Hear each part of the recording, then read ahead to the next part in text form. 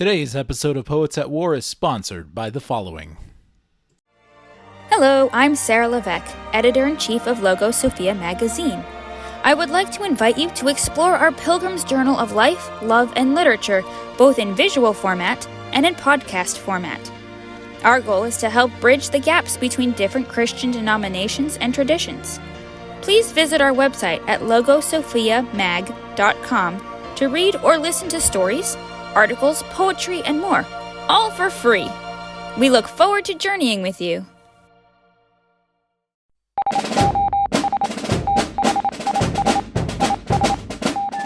This time on Poets at War, we speak with Jason Farley of Lore.tv, Honey Bear House, and many other projects. He's a former youth pastor, a funny man, a writer, and most importantly, he is a kindred spirit poet like our general. This is Poets at War.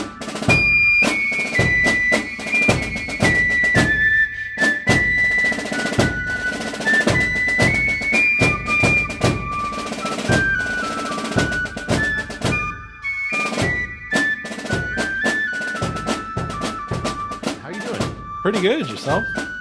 I'm doing all right. Hanging in there.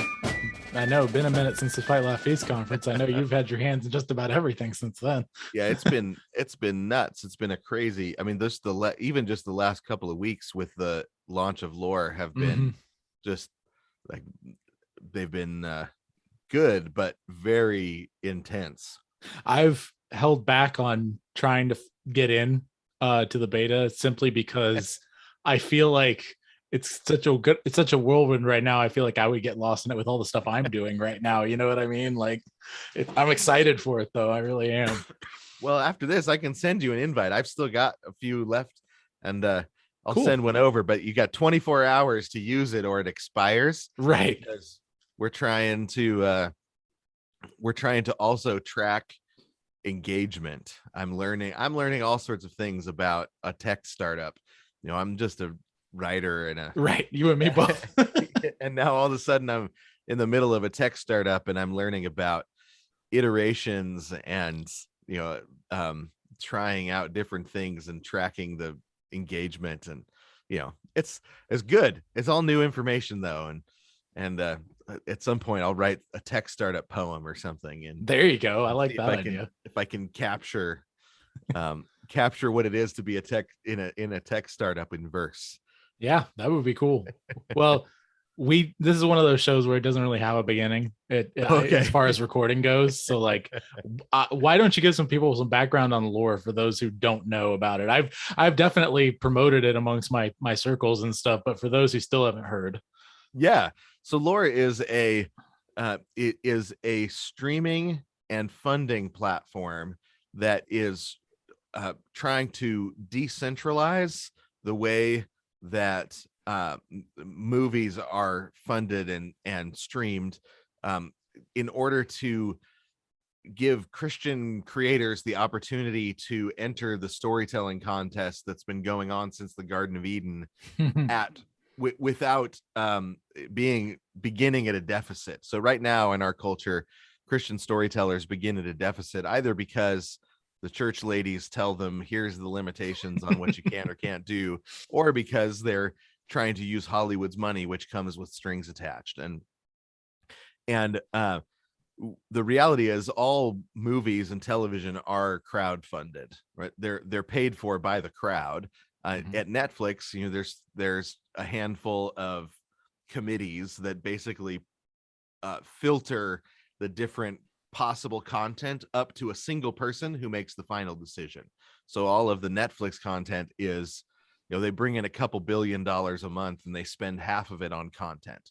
Right. And that is crowdfunded, but there's a single person deciding how the crowd's funds are spent. Lore is trying to create a technology that allows people to decide how their entertainment money is spent. So they have their subscription comes with the ability to vote and spend their subscription on the particular projects they want to see, and then it's all streamed on the platform for everyone that's a part of the platform. So it's an attempt to prove what we believe, which is that if Christian creators are given the freedom to love God and create what they want, then they will win the storytelling contest that we're in with the Seed of the Serpent. So that's what lore is about. So we just launched a couple of weeks ago. We're in the beta phase. It's going really well, and we're looking forward to seeing we're getting a lot of great feedback, but also just seeing the way that people engage has been really helpful, so that we can serve the audience that we're gathering as best as we can. That's fantastic, man. I mean, I've been on since the beginning. I've known Marcus for quite a while through the grapevine, through Apologia is where I first noticed him, so to speak. Okay. But I'm pretty sure I knew him when he lived in Atlanta, because I was in the same area. Got it. And okay. I was younger than I'm a good bit younger than him, and so I'm 32. And so basically, like with my situation, I think I was a kid just young enough to where like he didn't recruit me into his little circle. You know what I'm saying? Even though I was a filmmaker, storyteller type guy too, but I was like much more in the theoretical side of things at that point in my life, you know? Right. So, but it's so funny, all the different connections. You met some of the guys that I worked with from Yonder Child at the Fight Laugh Feast conference. Right. Yeah. And Adrian, Marcus, and David, all David Shannon, Chuck Knox, they all worked together at Wretched at various points in time. Well, Benjamin also worked at Wretched, my friend Benjamin, who you met, and Adrian, of course. And I was always the lone Presbyterian outside of that circle, and now two of them are Presbyterians. Right, yeah. You know, and so it was just kind of a funny thing. The other funny thing, I don't know if I mentioned it at Fight Laugh Feast, but I was baptized and raised in Joe Moorcraft's church. Oh, interesting. Okay. Yeah. So you've been a Presbyterian your whole life. Right. Yes. Yeah, okay. And so it's one of those funny things, and we can talk about it some if we want, if we don't, whatever. But this is one of those little rabbit holes with my relationship with Moscow in general, is such a weird one, because the only thing I was ever told at a very young age about Doug Wilson when it happened, the Auburn Avenue stuff happened and whatever else, was that, and Joe was one of the first people to shoot off with that, was that this is faith by works, leave it alone. Oh, right. Interesting. And so, but those two, like everything I know of Doug, which is admittedly all, you know, I met him once, shook his hand once, but as far as like everything, you know, he lives a very public eye, you know, kind of a person. Right, he's not fully transparent, but he's fully public. Let's put it that way. Yeah, right? He is comfortable living in his public office as minister. Right. Yeah. Right. Exactly. And I have never met two people more alike than Joe Moorcraft and Doug Wilson. Oh, that's so honestly. There's very little they disagree on, but go ahead. Yeah. I came into Moscow, maybe not the normal way. I heard about some of this, but go ahead. The youth pastor at the PCUSA church, and you know, just serving the Lord. I came to the Lord in the PCUSA when I was a junior in high school. I was baptized and had a great experience. Really good men discipled me, taught me the basics of hermeneutics and Bible reading and the importance of the authority of the scripture. I learned all that in the PCUSA, and then found out the hard way that not every PCUSA church was good and healthy like mine was. Right. I had this great experience, and then became the youth pastor of a PCUSA church that was not solid. I had some good people in it still, and had people that were just there because they'd always been there. I remember one of the elders was a wonderful guy, and I said, towards the end of my time there, I said, "Why do you stay?" And he said, "My grandparents were baptized here, married here. My parents were baptized here, married here. I was baptized here, married here. My kids have been baptized here, and they'll be married here soon. I'm not willing to leave that all behind yet." Right. Yeah. And he said, "We've had bad pastors, and I'll outlast this one too." Right? Yeah, exactly. Right. So you just had that kind of mentality, which is really honorable. I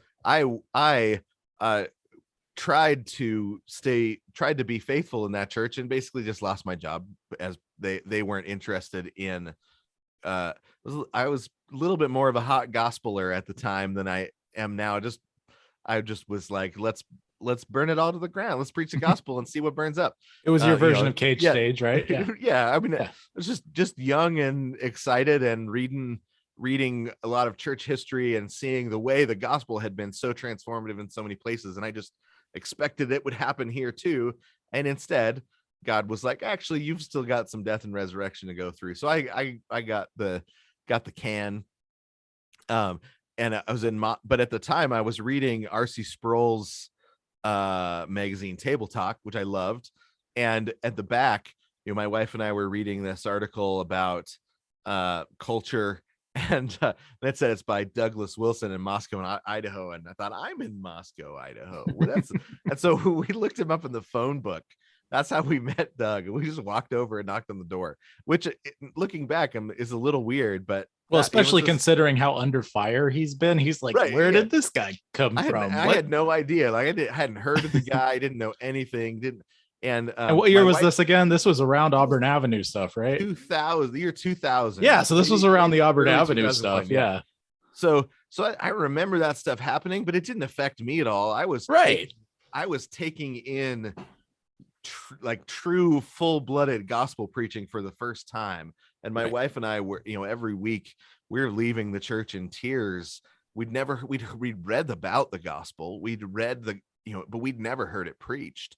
We'd both gotten saved through personal evangelism. A friend of my soccer team, and then an older gentleman who was a lawyer in the PCUSA church that just said, "Oh, look, this." I was a punk rock kid, hair dyed highlighter yellow, wearing I was fully embedded in the punk rock movement, big chain. I got tattoos and all the whole thing. And this old gentleman lawyer, right, who just said, "Hey, how about you come over to my house on Sunday evenings, and we drink coffee and we talk about the Bible." And I was like, "Oh, okay." I've never had anything like this. And he just the hospitality, the open-heartedness, the willingness to walk me through a kid who knew nothing. Right. 16-year-old spend kid. The time. Yeah. You just as much time as needed. He used to take me out to breakfast a couple times a month, and learn, you learn later he'd been doing that for 15 years, and he's still been doing it. So there's probably 200, 300 high school kids now who have been just transformed by this guy's one-on-one attention. Dan Finney, just one of the most wonderful men in my life, that and it just probably 300 kids, and so many of them ended up pastors, ended up all, he's been transforming the world through this one-on-one, just faithful one-on-one evangelism over the course of years, with high school boys, right? He's a gentleman lawyer. There's no better way to describe it than a gentleman lawyer who knows how to take high school boys seriously while knowing that they're not serious. They're not serious. He walked me through the scriptures. He found out I didn't own a Bible, right? I'd been going to church for 8 months, found out I didn't own a Bible, got me my first Bible, put a marker in it at Matthew. He grabbed like a 3x5 card at Matthew and at the end of Jude, and he said, "Here's where you start, here's where you end, and then come and talk to me." Right. And so I read that through, and then when talked to me, explained it to me. Actually, how it works, I read Matthew and I started Luke. I was like, I already read this before. Right. What's going on here? Right. Skip forward to the book of Acts. And he just patiently introduced me to the scriptures and to the authority of the scriptures, really, because I remember Ephesians 5 being crazy. Like, wait, so what's the stuff about submission? He said, that's what you're looking for in a woman that reads this and says, okay, right, this is the PCUSA. This is right. We had woman pastors at this church, right? And he just was faithfully teaching the scriptures to high school boys. Yep. And then another lawyer, actually, that was teaching Sunday school there for adults. He introduced me to the Westminster Confession, introduced me. He taught my baptism class. So it was just men faithfully with having their eyes open to what young men don't have dads discipling them, right, and stepping into that role. And I was blessed to have two of those. And so then but I'd never heard the gospel preached from a pulpit. So I jump in real quick on one thing. My this is another sort of thing. Let me say one thing that I'm going to tangent back to later. Yeah. And then give on this one. This is why I love Knox Unplugged, because this is exactly what I'm doing with you is essentially what you do with Knox. Right. Yeah. I feel like I'm not so much in therapy because I have a lot of the same ideas as you and have for a long time. Right. And I've always been the weird one amongst all of the, more quote unquote orthodox people, right? But still being orthodox and knowing I am. And then here's the thing. With that guy being faithful, with the hundreds of guys that have come through, it reminds me of my aunt who recently passed away.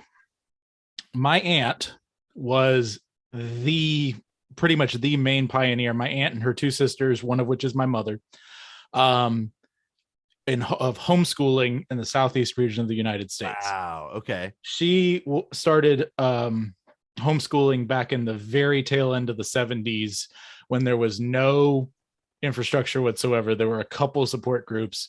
Wow. And she took one and she ran with it. And as a result of her work, hundreds of thousands of people have in the southeast region of the US have gone to her conferences over the years. Her son is continuing the conferences. And on top of that, her kids needed a whole bunch of clothes, and there wasn't a central place for her to go and get them all because she had let's see, 5 or 6 plus one which was her sister who lived with them because she was widowed. Her son, so essentially like a nephew who's also a son, right? And so she just needed lots of clothes, and she was like, you know what, I'm gonna start an annual consignment sale, and it became one of the biggest in the region too, for years and years and years, and she eventually sold that business, but like the fact is, like, my aunt Rondi St. Dennis was like the fact that we had such a big jump in homeschooling after COVID and all those other sorts of things, like we wouldn't have been anywhere near the number that we are now if not for my aunt specifically. You know what I'm saying? There wouldn't have been the infrastructure, there wouldn't have been the knowledge. That's amazing. And that's the thing that I'm constantly amazed by, is just consistent faithfulness over time transforms the world. I mean, I've seen it with my wife raising our kids. I've seen it with the people in my church. I've seen it in my own life with people that have just dug in and said, I'm going to be faithful right here. That there was the same church, there was a young couple at the time that now they're not a young couple anymore, but they never had any of their own kids. They just were never able to get pregnant. And they dug in and they discipled the number of teenagers that they discipled over the course of the 30 years that they just faithfully attended church and kept their eyes open for teenagers without parents. The number of kids that they influenced is so far beyond what you even can really wrap your head around, because now those people have kids, and those kids their kids are having kids.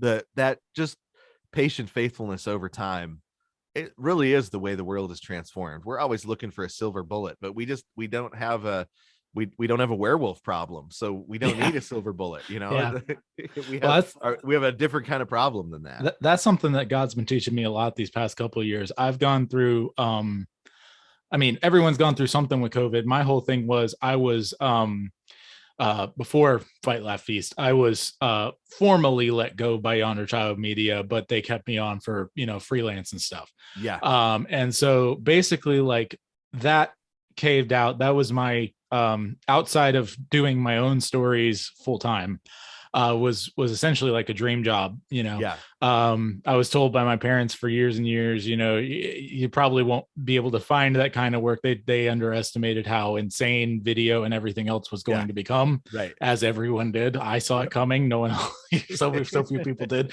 I didn't fully see it coming, but I knew it was coming. And so like it was a dream job, and then that fell.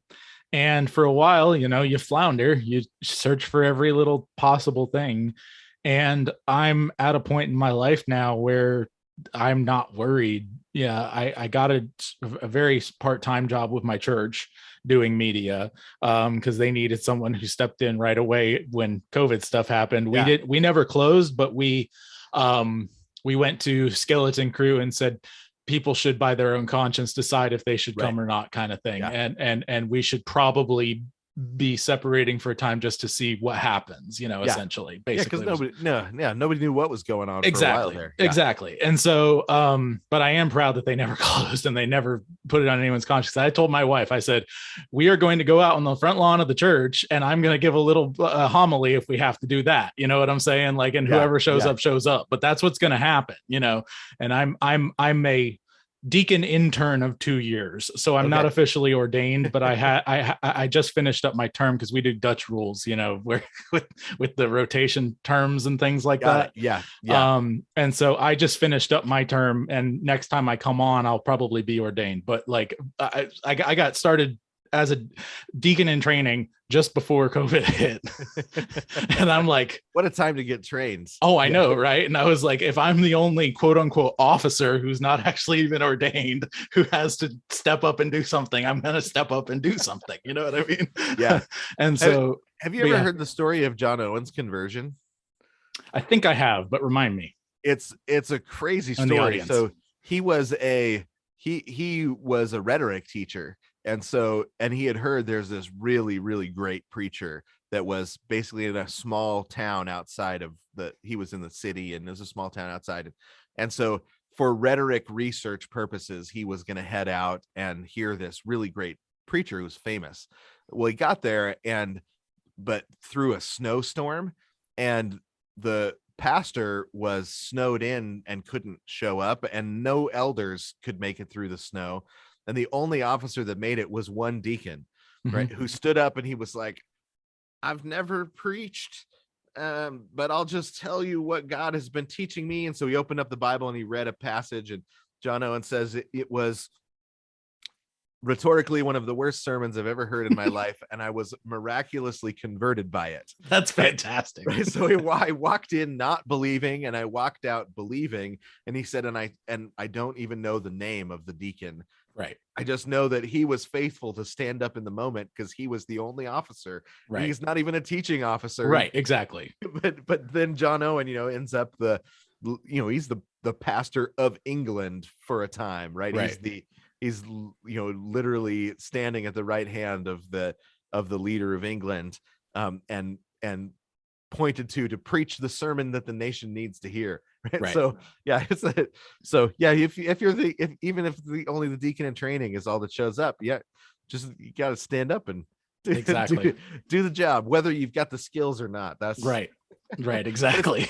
Obviously it's better if you've got the skills, of course, but it's not a skill thing. It's an authority thing. Yeah. It's authority and faithfulness, you know, faithful with your jurisdiction. And when you're like, oh, I'm in over my head, man. Well, I'm going through right now genealogy for myself, and I haven't made it out of my great grandmother, my father's mother, and her side of things, because she is so incredibly well documented, like the level of insane. A blessing. Oh man. But I was just gonna say, like, it's something I'm seeing fairly often, where when you can actually trace back to the beginning of a king's line, you're actually seeing, usually, not just and it's not even that it's not a normal man, because it is totally a normal man. Right. We're all the same in whatever case, but it's usually someone who is at the bottom end of an official structure and is put in a place where they need someone way, way, way better. Right. and that's something I'm seeing consistently throughout my family line.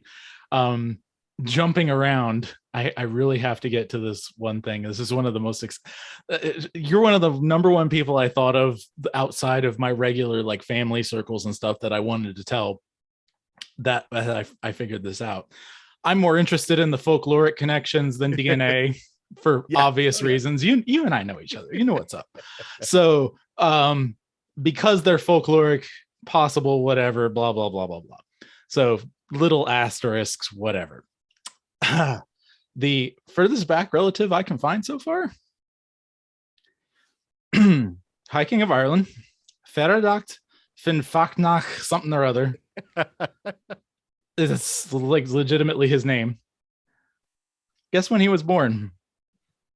With that name, I'm guessing it's at least in the, you're down to 3 numbers in the digit.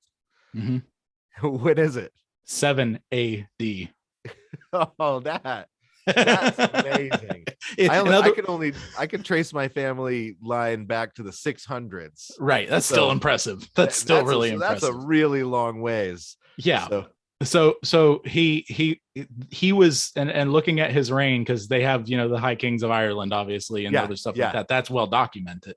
So he reigned like between 30 and 40 years, and he was born in 7, which means the majority of Christ's life on earth. Right. My father was the High King of Ireland. And that's when like the leprechauns were still roaming the hills, and for real. You still had we're not even to wolves of Ulcery or anything like that. Like, no, that's fairy Ireland. Yeah, no kidding. So the fairies were whispering to the Irish, he'll be coming for you soon. Exactly. It's one of the few places where, I mean, there's a handful of these places, because you got like the Inuits in Alaska that had similar stories, but where the actual, like the mythical creatures started saying, hey, when Jesus comes, be ready, he'll be here soon. Exactly. The Irish, the stories of the Irish are. Have you seen the movie The Secret of Kells? Oh yeah. Okay, yeah. It's hands down one of my favorite animated. It is my favorite movie of all. Okay. It's my favorite movie of all time. It's in my top 5 favorite animated movies of all time. Yeah. It's beautiful, and it takes that. I mean, I don't know. In terms of animation, there's a Cartoon Network style that was developed in the late 80s, early 90s that I think is some of the best.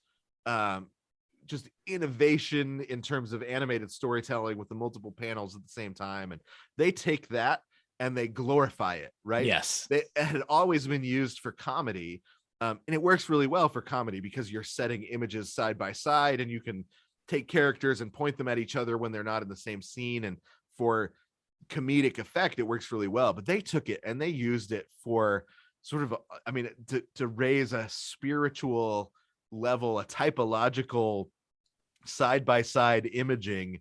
You don't see, I mean, you see people doing it in stories in like high level storytelling, but they did it in a way where you can put 4 images on the screen at the same time, so that your mind is forced to compare what's the same.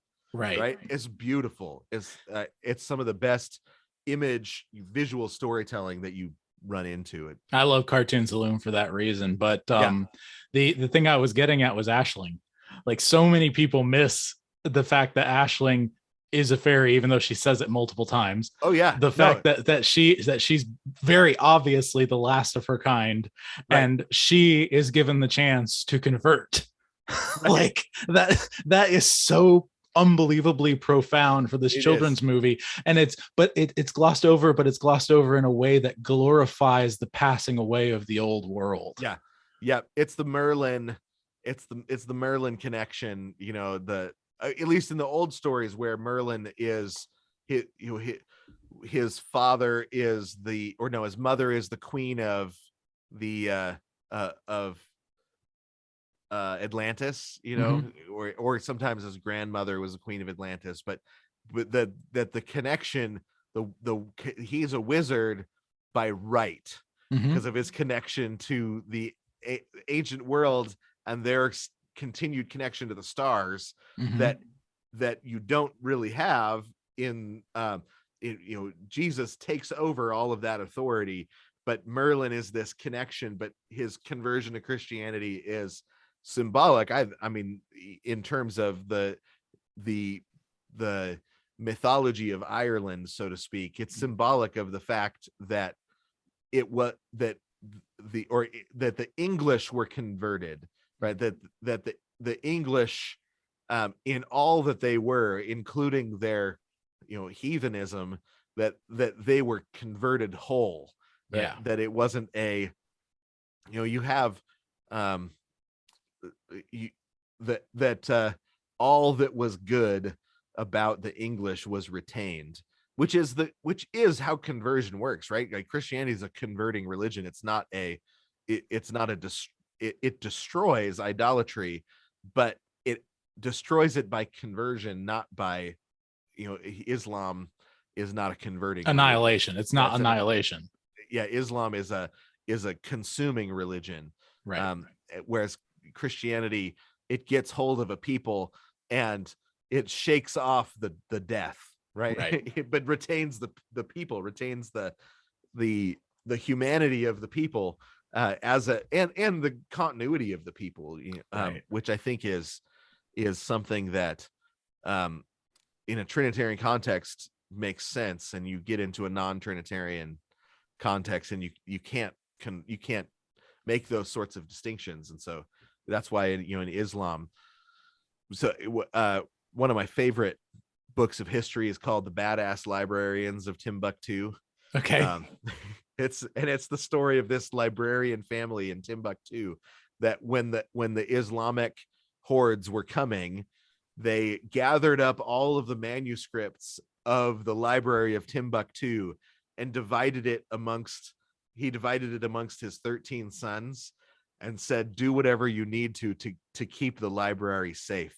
And so they went off in different directions on their camels and protected the library for 1,000 years. They were able to regather the library 1,000 years later. But it's because the Islamic hordes were known for destroying the old culture. They didn't, you didn't get to stay a citizen of Timbuktu and then just become Muslim, right? You had to destroy everything, kill, destroy, burn everything down, and if you wouldn't do it, they do it for you. Right. And Christianity is it's assaulting. It salts and preserves the humanity, and we saw that in The Secret of Kells too with the Vikings. I mean, it's the same thing. Yep. Yeah. Speaking of the phrase badass and the phrase and talking about Vikings, I actually found, and this is another genealogy thing, just the most ridiculous nickname I have ever seen for a real historical person.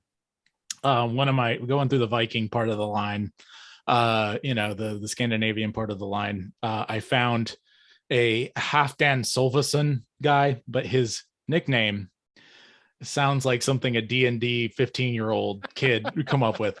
You ready for this? I'm ready. Goldtooth the Violent. What? Oh, that's good.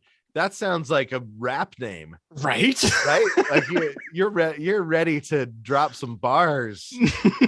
That's good. Goldtooth the Violent. Oh boy, but yeah, I thought that was amazing. But that's a really good one. I don't have any Viking in me. I'm Scottish and English and Irish and Welsh and German and Czechoslovakian, but no Viking. See, I've got all of that, and then Cherokee, Danish, the Scandinavian, and then like probably one more thing I'm forgetting, but it just goes all over the place. Like it's unbelievable. And I was gonna flip back to what was it? I was talking about so what my experience growing up, I think, is, and you guys have really helped me, you and David in Knox Unplugged, putting my fingers on some things that made some other kids in our church who were artistic kind of go off in some weird ways. Yeah. Yeah. And I never did. And I could never figure out why I never did. Okay. Because unfortunately, the church hasn't known what to do with its artistic males for a long time. For a couple of generations. Yeah. A couple. Yeah. Several centuries. Goodness, I'd say. But, you know, you may reckon different, but that's the way I see it. But the big thing, like, so this is a really, really big topic, and I'm not really sure how to launch into it, but let me just say big picture, and maybe you can kind of get at what I'm getting at. I was raised in a Van Tillian general perspective. Okay. And Van Til is not Clark, and Van Til is also not Thomist, really. Right. Yeah. Right. Like, he's not traditional Thomist, not what PCUSA would consider Thomist, right? Right. But then you got your Pugcast type guys, right? Okay. And you've got you and some other folks who can parse the parts of Thomism that are biblical. Right. Yeah. Right. Yeah. And St. Thomas was not a heretic. Right. No. Yeah. And I don't think anyone would say that, even, you know, the staunchest Van Tillians. Yeah. Even the staunchest Van Tillian. But I do think that we do tend to camp on the disagreements. I think this is a Presbyterian. I mean, we like to disagree, but it makes us happy and feel close to one another when we disagree with one another. And then the Baptists come in, and then there's a whole other thing. Yeah. But yeah. So you don't, you know, even Schaeffer, who had a lot to say bad about Thomas, wouldn't have called him a heretic. Mm-hmm. But unfortunately, when the people that stand on your shoulders lean further. Mm-hmm. And I think that's kind of where we are. Van Til leaned, then Schaeffer leaned a little bit further on Thomas, and now the people hanging off the end of Schaeffer's shoulders are leaning even further on Thomas. Right. So to further connect a lot of this, there's a lot of, as people have said over the years, it's become, you know, sometimes sermon outlines become not a byword. That's a negative connotation, but like a saying. Sermon illustrations become a saying amongst people, and ours is skinny branches, right? And to me, the biggest problem with the people, like you said, who are leaning on the shoulders of Van Til, and what I was raised in, and I bear no ill will for it, because I think they're absolutely right on the mark on 99% of everything. Right. Yeah. Is that they don't have room for an actual thorough logical undertaking of the skinny branches. Interesting. Okay. And so what I experienced a lot growing up was in hearing about everything from, you know, early understandings of Calvinism and what makes us different from the other denominations and that sort of a thing that I got, you know, around your 10, 11, 12 years old kind of age. Right. And you start developing a worldview. I go to world history class, get one of the best classes ever. I wish it was recorded, from Joe, because he taught me about Knox and Cromwell and all this other kind of stuff. And it was, you know, we went all the way back to basically after Revelation. He started at the end of Revelation with John on the island of Patmos, and basically went up through the American Revolution into the 80s and stuff, and what happened in Reagan and whatnot and everything. And so it was wonderful. That's brilliant. I wish I would have gotten that when I was that age. I had to soak it up from George Grant in my late 20s. George and Joe are good friends. Are they? Okay. George has preached at Joe's church before. Oh, that's awesome. So you're drinking from the same pond as I did, regardless. But the thing that I noticed in that world history class was a very strong lack after Patrick and Columba until basically like Whitefield and the Puritans. Okay. And Cromwell and, you know, all that. It's basically the Reformation, right? Right. And so I shouldn't say Whitefield and Puritans. I meant specifically like basically to Luther. And so I felt really weird and bad about it, because I thought I was going to hear about all kinds of awesome knights and stuff, and everything else that were historical people of the faith. But he kind of strayed away from it because of the what I consider to be anti-Thomism, not understanding the true Catholicity of the church, that sort of a thing. And even though they went in some bad directions, but yeah you kind of see where I'm connecting the dots here so far. And I think what happens is the High Middle Ages, and some of this is just it's inescapable, right? The High Middle Ages, the late High Middle Ages in particular, the last couple of generations leading up to the Reformation, were really corrupt, right? And it was corrupt the way our political structures are corrupt right now, right? So if you were to say, is America a Christian nation? You have people saying, well, yeah, of course it is. Yeah, of course it is. And then you also right next to it have stories of Hunter Biden's laptop, right, being filled with corruption. And you're like, well, yeah, but our president also is a communing Roman Catholic, right? Like he's a Christian in that in a technical sense, he is connected to the church. So are we a Christian nation? Well, yeah, but are we also one of the most corrupt nations in the history of the world? I mean, we're doing everything we can to catch up with Belgium and Russia and the High Middle Ages, right? So you have this moment in time that is incredibly corrupt. Politically, the church is corrupt, the financial systems are corrupt, and because of that, most people are not privy to the true teachings of the scriptures. Now that is really, I think, a pretty solid description of right now. Yeah. Right. And the Reformation steps in at that moment. Now, you're going to have, I think we're in the beginnings of another Reformation. I agree. It seems like it. And if you sit and listen, or let's say you just read through Twitter and you see the cultural condemnations of America, right, for abortion, for the different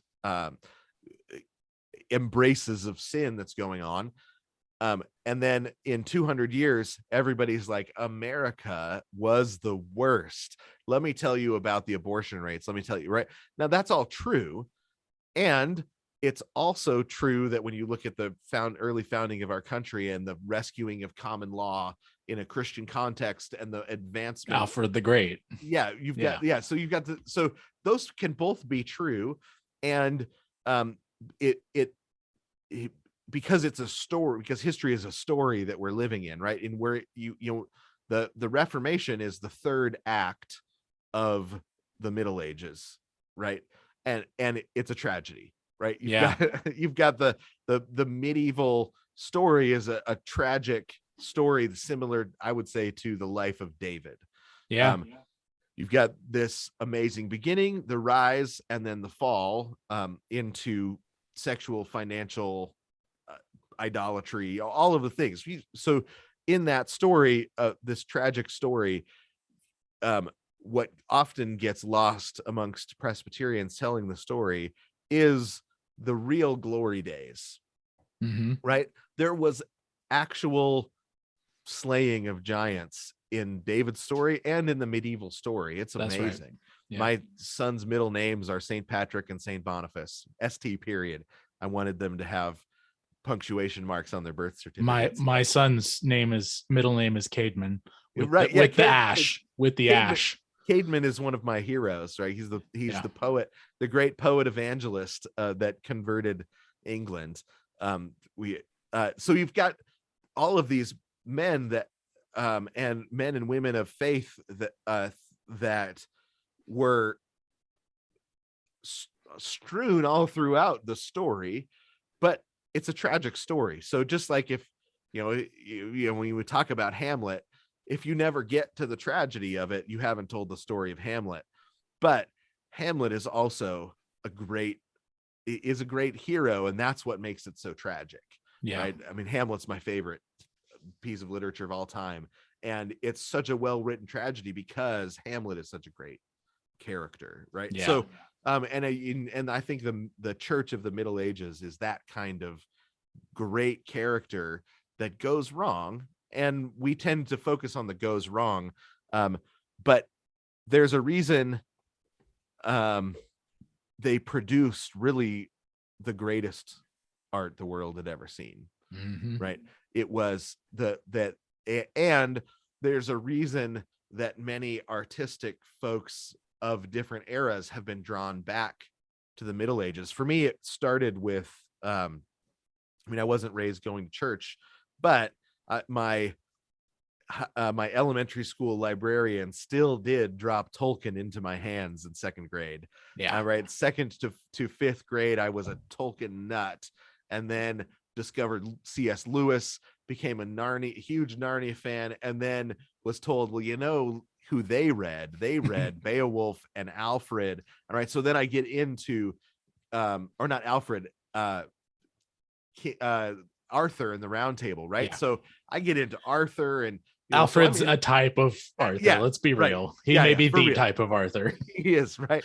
And so you've got all this great medieval literature that myself as an artistic person, as a storytelling person, as a young budding, writing terrible poetry and all of that, right? So I'm attracted to all of this stuff because of the beauty of the storytelling.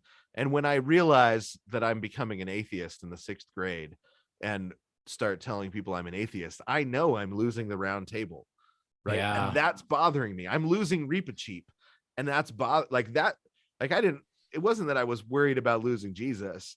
I was like, I'm not on Reepicheep's side. Like I'm talking to these girls about Sigmund Freud, and it's just mating and all that, and the whole time I'm like, Reepicheep would run me through and throw me off the Dawn Treader. Like I don't have a place and it bothers me because I know I'm losing the Middle Ages, and that's what I love. That's what I want.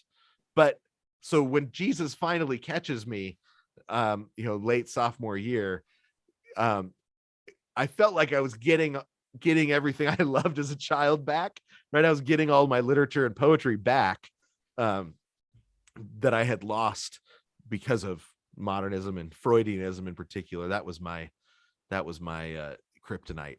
Yeah, there's this thing, and I have my own group of friends, and I want to transition talking about my group of friends to what we can do for the Honey Bear House. So don't let me get away from that. Okay. All right. I want to get to that, but there's this thing because of what you just said, because, a lot of the Reformation people, we were on the other side of that battle in the high Middle Ages, and it turned into the Reformation. So we kind of stuck with our side, and we kind of just threw the baby out with the bathwater. Right. And I think it's the right thing to bloom where you're planted, right? Like right. God put you there. It's not like a lot of young Presbyterians, especially Baptists that become Presbyterians, they meet G.K. Chesterton and they say, I don't know what to do with this. Yeah. He's a Roman Catholic. Right. Now, the fact is he actually became a Roman Catholic towards the very end of his life. Right. So most of the books that Protestants love, he wrote while a Protestant. So, but he hated Calvin, don't you know? But he didn't. And I know the whole thing. And I've talked about that. But even if he did, right? Like right.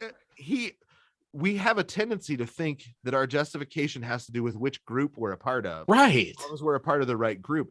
But the reality is it's about knowing Jesus. Right. And so we meet a Roman Catholic that knows Jesus, and it throws us off because we think that we're okay because we're Presbyterian. I'm glad you brought this up because it's really about Jesus, right? Yeah. Chesterton knew Jesus, and then he saw the world in an uncrooked way, and he describes what he sees Jesus in, and he describes the faith, and we're like, oh no, it's because he's a Roman Catholic, but it's because he knows Jesus. And I'm so glad you brought that up, because I am noticing a trend in my friend groups towards something that I can see in the next 50 years, a denomination. And I'm not saying like we should join this side. It sounds great. Let's start it now. I'm not saying that because I completely agree with you.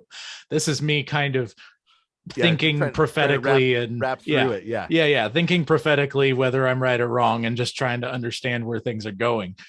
I have seen this archetype of a young man who is extremely into either physical fitness and or his own martial arts training, who is a cage stage Calvinist or a devout Jesuit Roman Catholic or whatever. Like they go from one end to the other. And then the common core thing is Lewis and Tolkien, and occasionally Chesterton. Right. And so this thing is happening over and over and over again. And there are some females who still fit this category, and they have their own version of martial arts, which would usually be something in the vein of, and I'm only generalizing here, some form of restorative crafting thing where they sell and make money. Right. Yeah. And so this particular, they buy old furniture and fix it up. Yeah. I have a friend who does dolls, and she's been interviewed on this podcast. Her name's TK Wilson, and her brother is a martial artist, and they live in Malone, New York, and they're cool people who are former SBC folks who have gone into both Roman Catholic and Reformed Presbyterian ends of things as far as their theology.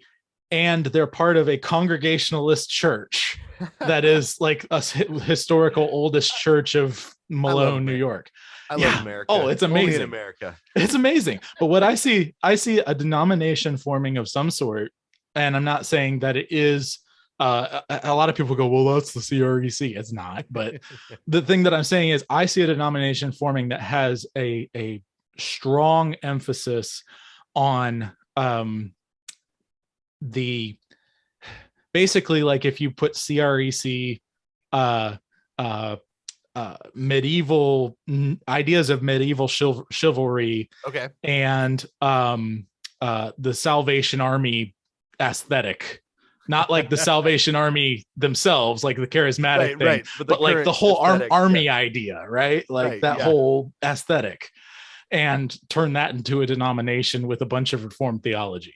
I totally see this happening, and I don't know how I feel about it, but I see something like that happening in the next 50 to 100 years. I mean, I think there is a desire to be a part of the right group, and but all groups in America have been severed from their historical roots. Yep. So in the present, when you say, well, I'm just trying to be a part of the right group, because of that historical severance, there's I don't know how you would put it. Well, let me put it a dislodgement almost. Yeah. Let me try if that's okay. Go for it. So the Atlanta Braves, my team, I realize the irony of me saying my team in this conversation, but no, it's great. I'm a Warriors for me. Okay, cool. Yeah. So the Braves are the oldest professional baseball team. Most people don't know that. They were started as the Cincinnati Red Stockings. So guess what? Cincinnati says they're the oldest team, right? Even though they're not. But they're not. Then they became the Boston Red Stockings. And so the Boston Red Sox say they're the oldest, but they're not. They became the Boston Braves, Milwaukee Braves, Atlanta Braves, like, so there's but the thing is, the players themselves, the vast majority of the team, and the way it went down through the years, and the owners and everyone else in the leagues they went into, it's the Braves, and it's undisputable. The fact is, we are sitting here as the Red Sox, the Reds, etc., saying we're the oldest team. as Americans, that's essentially what we're doing. We're acting like we're this chosen Western race when England's sitting over here going, guys, but also at the same time, dealing with all of their liberalness and everything else, right. And Germany saying their thing, and all these different Western countries are acting like they're the OG Western culture, and the fact is nobody is at this point. Right. Well, at this point, Western culture is a lost ideal. Now, I think this is the reason that Tolkien is the best-selling author of all time. There's only 3 books that have sold more than Tolkien. Do you know what they are? The Bible's one, right? Bible is one. Yeah. Shakespeare, maybe? Nope. Pilgrim's Progress. Okay, love it. Right. And then Harry Potter surpassed, which I think is actually, I liked Harry Potter. I don't have any problems. I know that I understand that there are folks that have issues with Harry Potter, and we could talk about that. That'd be fun. I am ambivalent on Harry Potter. I think I was not allowed to read it as a kid because of the hoo-ha. And then I read it as an adult and I'm like, this is lame. So I read it as an adult and was like, this is wonderful storytelling. Oh, there's stuff in it that's good. Yeah. She's a knitter of yarns, storytelling wise. And I think she's great at that. And so you don't look at it and say, well, is it Shakespeare or not? Right. Or is it Tolkien or Lewis even? Tolkien or Lewis. And then you say, well, for what it is, the whole world reading Harry Potter is so much better than so many options. Right. I'm shocked she doesn't get more. I was just going to say, I'm shocked she doesn't get more comparisons to, even though her books were generally longer, Roald Dahl. She reminds me in tone of Roald Dahl. He wrote school stories, right? Roald Dahl, almost all school stories, a lot of stories, and that's what she says she's writing. Right? She's like, I'm writing school stories, old English school stories. And so she's a classicist. She's really well educated. She's a professing Christian. And she's like, I loved Lewis. I'm trying to take that kind of the Lewis's Narnia style mythology and tell a school story with that. Right. So she knows what she's doing. She's smart, but Tolkien, he sells so much. I think he's arguably the most popular poet of the modern era, right? Because people actually, nobody else's poetry is read as much as his, because it's all embedded into his novels. He understands the death of the West, and he's mourning it in literature, and that's why it's so popular, because it resonates, and people don't know what it is that resonates. He's got a great little allegory that he tells about the tower, where he says, you've got this tower up on the top of a hill, and people go up to it and they look at it and they tear it apart, and they try and figure out what each brick was, and they end up with a pile of rubble, and they look at it and they say, I don't understand why anybody cares about this. But what they don't understand is the man who built it could stand on it and see the sea. Yeah. Right. Was that Weathertop? Well, that's what Weathertop ends up being based on, is this mythology. I just wanted to make sure I was thinking of the right tower. Yeah. Anyway. This little allegory that he tells, where he's like, people look at the Western tradition of literature. They look at Western literature and they look at the stories and they want to analyze it, and they tear it apart into its pieces. And this is what you don't understand, is the reason it was so popular is because of what people could see from it. Yeah. Right? People built this art edifice of literature that they could stand on and they could see for miles and miles. And he says, we don't look at literature that way anymore. We don't look at the joy. We don't look at the longing that it creates. We don't look at the way that it lifts our eyes above our surroundings, because most of our literature is now written in a communist setting, and communism, it destroyed tobacco, and you can't get a good Cuban cigar anymore. It destroyed literature because everything has to be realistic. But the whole point of the whole story of Western literature is that it lifted your eyes to reality off of what you could see. Right. And that's the poetry and the literature of the West. I mean, that's why I love teaching medieval literature, and always read the medieval poetry and the everything pre-romantic. Although there's some great Victorian poetry too, because they were trying to restore that. See, you totally answered a question that I was planning on asking with all of that, which was, and you can launch a little more into this, then I want to get back to my friends in Honey Bear House. But that's why the modern Reformed Church, both Presbyterian and Baptist, for good and ill in various ways, is obsessed with the Gettys. they're the hymnists, right? From from Ireland, Northern Ireland, yeah. I mean, we sing In Christ Alone at our church. That's the Gettys, right? He was involved with it, but Stuart Townsend wrote that. But yeah, they're adjacent to In Christ they're Alone. Getty adjacent. Yeah.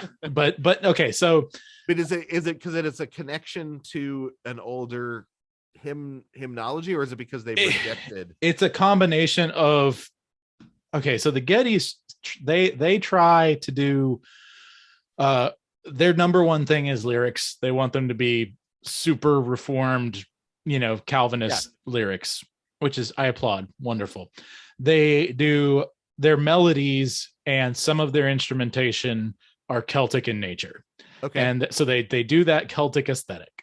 But they are doing it in more of a folksy modern, like worship music kind of way to try and bring that accessibility together. And I applaud them for all of their own mission. Personally meeting them, they're a little bit stranger than even I'm used to. I might as well tell you, I told this on the podcast one time, but G3, G3 conference. I'm familiar. I've never been, but right. Okay. So I went, Keith was going to go on for a panel, Keith Getty, on a round panel discussion. So word had not reached me, the lowly grunt helper backstage with Yonder Child, that he in his contract had a no ear mics, only handheld mics on a stand, period, for his entire thing, including his roundtable discussion. And so I was sent with an ear, your little ear mic kind of thing to earworm mic to mic him up, like I've been miking everybody up for the past several, segments. And so I said, okay, here, are you ready? Show him, whatever. And he doesn't say anything, stares at me for just a little bit too long, and then removes his one side of his jacket and stands there looking away from me. I'm like, okay, some people like it when you put it on them and they don't have to worry about it. Some people, will try to help you and get it situated the way they want it. I'm trying to be as, careful with body language and whatever else. It's one of those awkward things that you do as a grunt. Yeah. And so I'm putting it on his ear and it's constantly falling off, and he's moving just enough to where it starts to fall off, but it doesn't appear intentional in any way. And then basically I kind of got to a point where I needed to stop because I was all up in his business. Yeah. And he finally just kind of looked at me and it's falling off of his ear.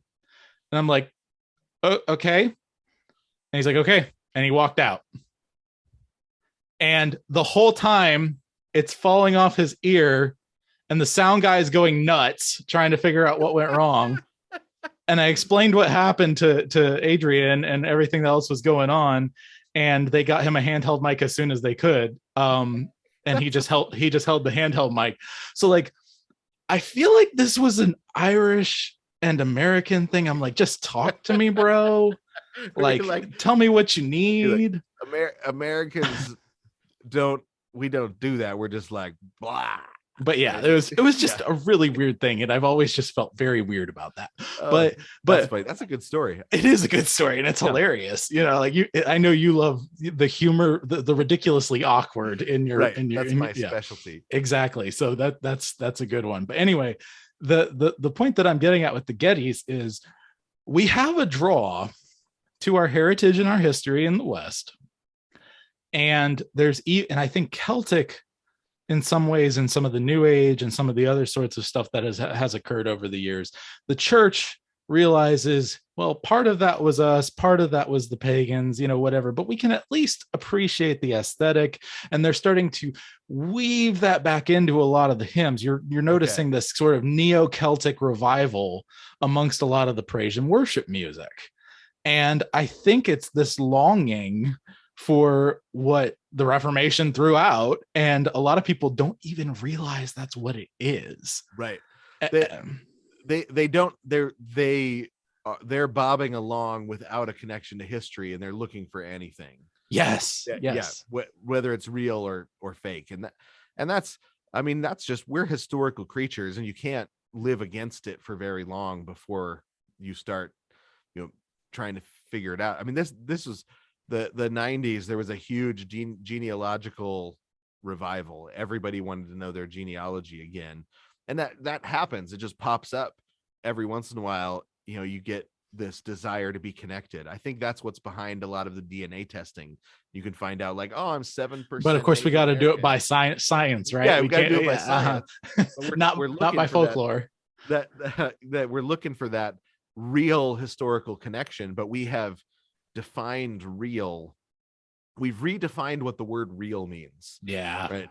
And this is where I think Thomas is actually helpful, because he digs into like the different meanings of the word real.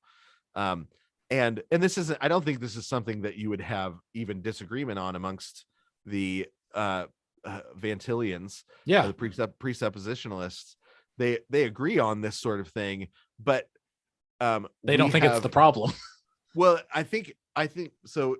In my experience with presuppositionalists, the focus ends up being on so heavily on epistemology, yes, that the questions of metaphysics don't get addressed. Right. And Thomas was still in an age in which metaphysics was a major question, right? So because you got Denis Diderot, the French philosopher, who comes along after the French Revolution, and he is in the encyclopedist movement, and he moves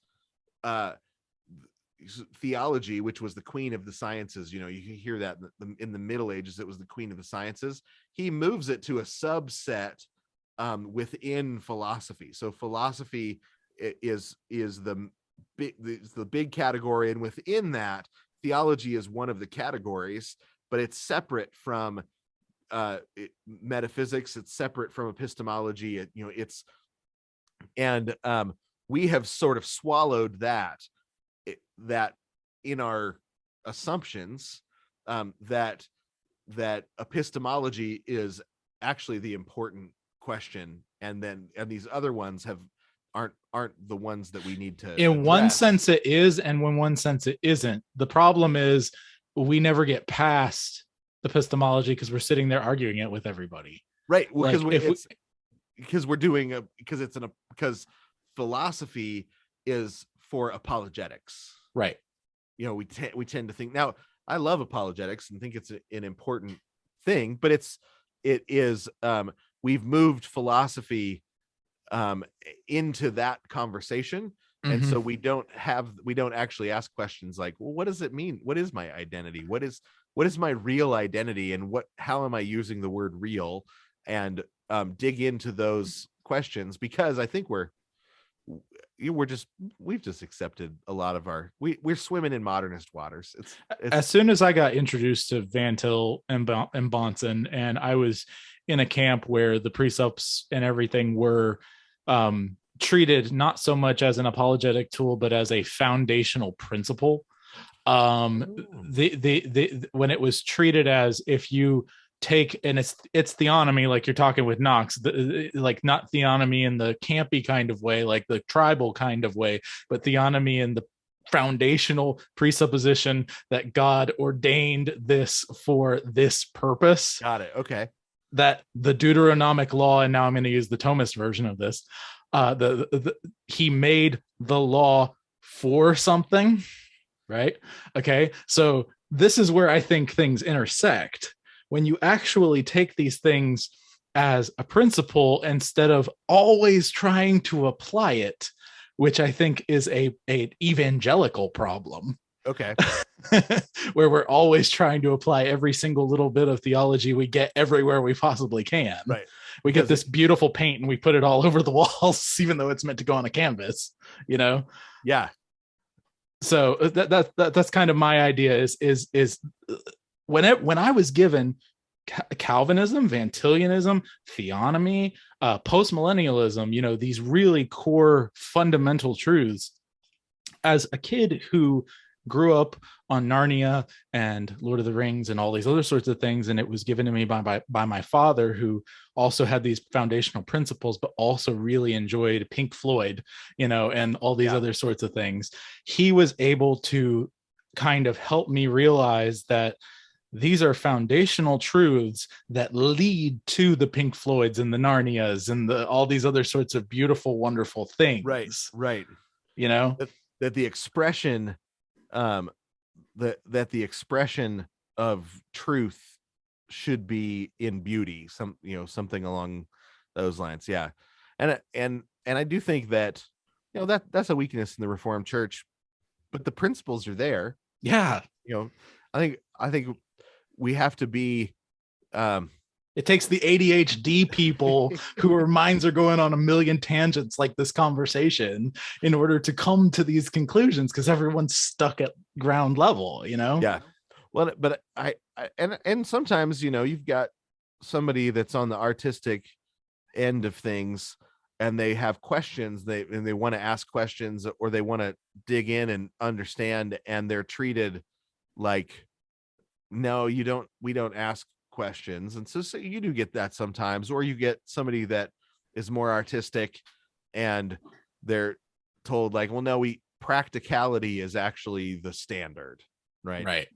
And so you do get that sometimes, but I think most of the time, we tend to just live in fear. I mean, working in Christian movies is like this.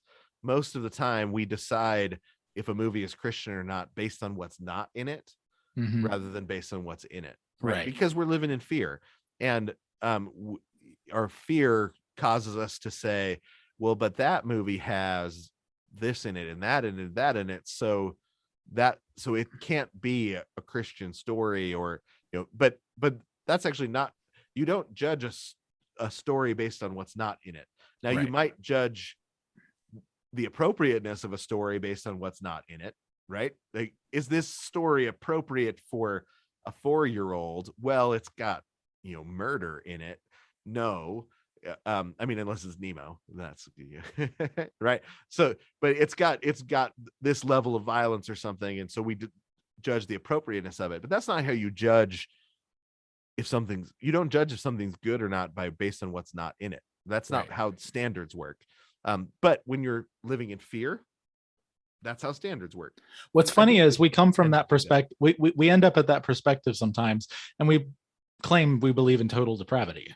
Yeah. We're like, okay, if there's nothing bad in it, then there must be something good in it. Wrong. Right. You know what I mean? Yeah. Like, but okay. Yeah, we're all bad at being humans. That's not one of our skills that we generally bring with us into anything we do. So you're a guy who goes long on podcasts, but I want to be careful of your time. Let me get to my friends really quickly, and then if we have anything else, we can go ahead and go through that and wrap up. And I'm not saying I don't have time. I'm just saying I'm trying to be understanding of your time. Right. So I have a group of buddies. They have mainly been in a Facebook Messenger thread. I've tried for many different times to get us to change platforms in various ways, just because, Facebook Messenger is kind of closed and weird and whatever else. And it's Facebook, but, but we've kind of stuck there.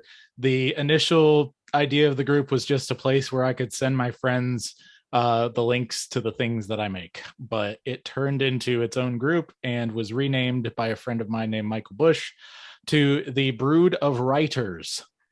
And then the name has changed since then to Wonder Brood, to include, as instead of like Wonder Bread, to include people who are not writers but are other artists. So it's too bad it wasn't the Brood of Writers. There you go.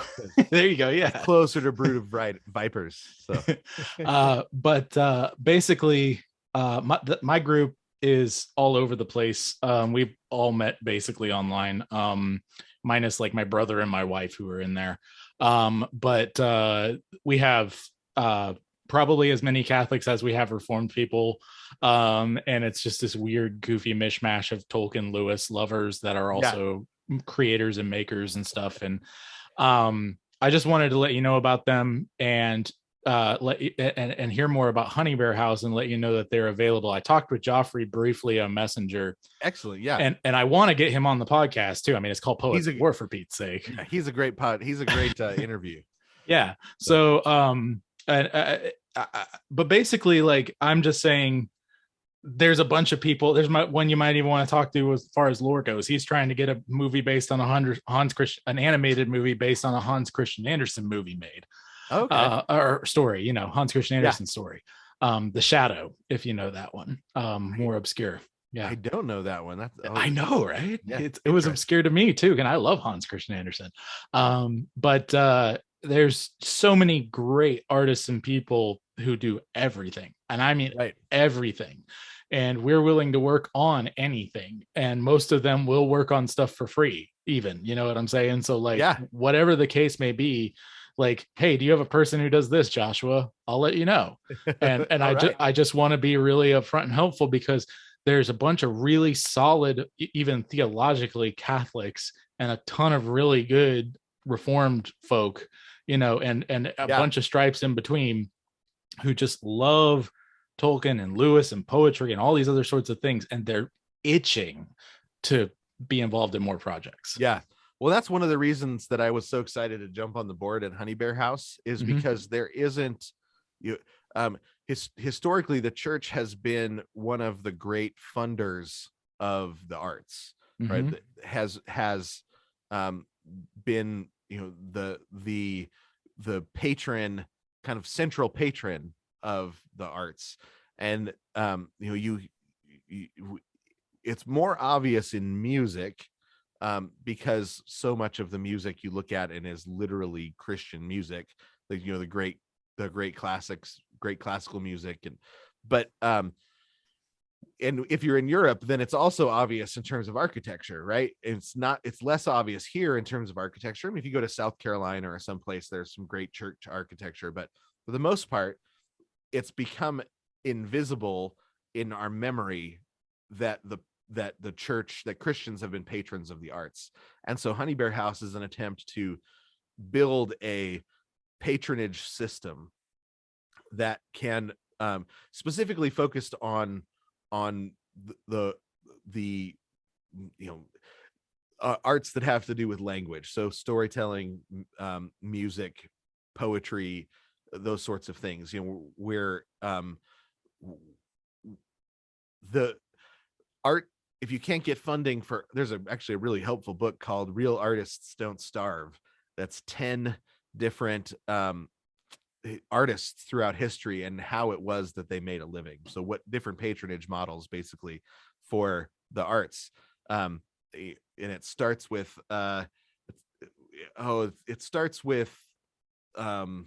Leonardo da Vinci, and it ends with Ice Cube, right? And so it's very broad in terms of, here are 10 different patronage models. It's a really great book. Jeff Goins wrote it. I'll have to look that up. Yeah. But the patronage for the arts has disappeared, and if you can't pay for art, you get less of it. And you get less of what you don't subsidize and more of what you do subsidize. And so Honey Bear House is a patronage house that is going to really focus on a couple of things. One is becoming a patron of language arts projects that are designed for a particular community to enjoy, and then can hopefully have a broader appeal beyond that as well. So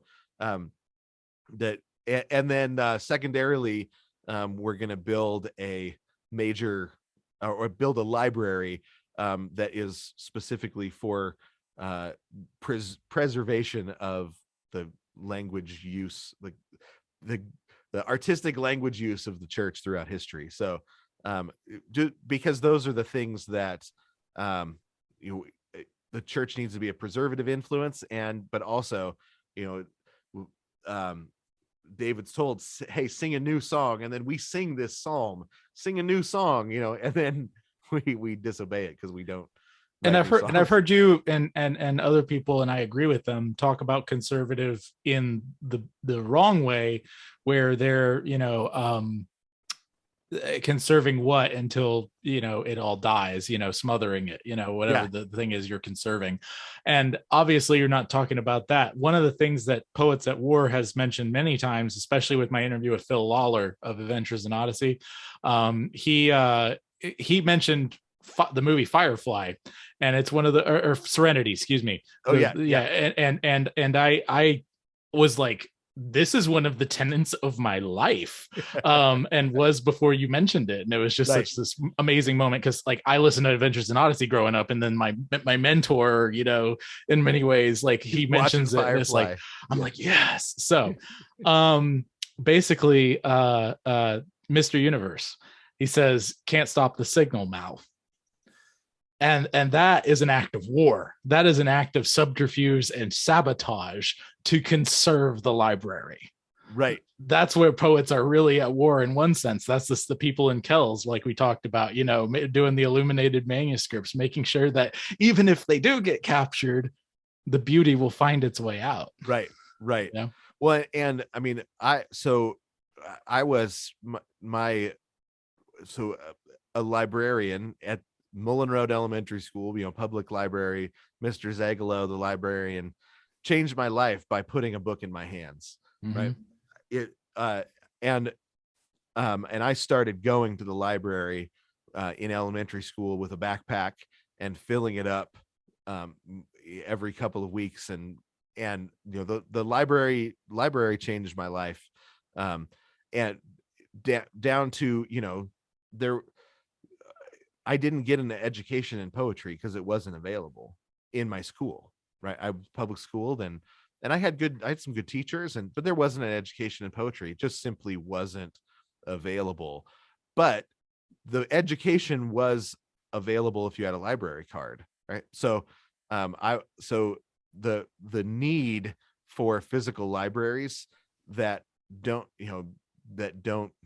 jettison things that are no longer popular is enormous. And so it gets me excited about what's going on at Honey Bear House, and we've got we're not that far away from our first public fundraiser, and what's great is we don't need tons and tons of money. We just need enough to get started. And so, I'm on the board. Joffrey is the guy running the thing. And so, you should get him on. He's a great interview. Yeah. Well, I'm going to wrap the podcast here, but I wanted a few more moments with you afterward, if you have them. Not super long, but just a few more. Everybody remember, no, I'm not going to wrap it here. I'm going to give me your plugs. I need your plugs first, then we'll go from there. Anyway. My plugs? Yeah. Check out lore.tv. LOOR.tv.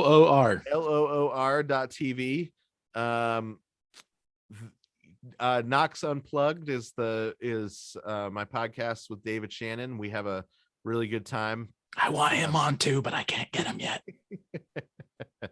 He's harder to get. He's a busy guy. Yep. What other plugs? I mean, you can buy my books on Amazon if you're looking for In Pursuit of Kindness, on what does it look like to live a kind life as a Christian, a couple of books of poetry, and Honey Bear House. And then go check out Honey Bear House. You can go, we have a page on Facebook. You can go and like it and get updates as they come out, and then that's going to be a lot of fun. So trying to do some version of of Def Jam poetry is what I'm hoping that I get to do there, is find poets to do some live poetry, because you and I are so much more alike than you even realize, sir. All right, everybody. Well, do not turn to the right or to the left. Be your family's bard, and God will follow you wherever you go. Join us in the trenches next time for Poets at War. God of song, said the warrior bard, though all the world betray thee, one sword at least thy right shall guard, one faithful harp shall free.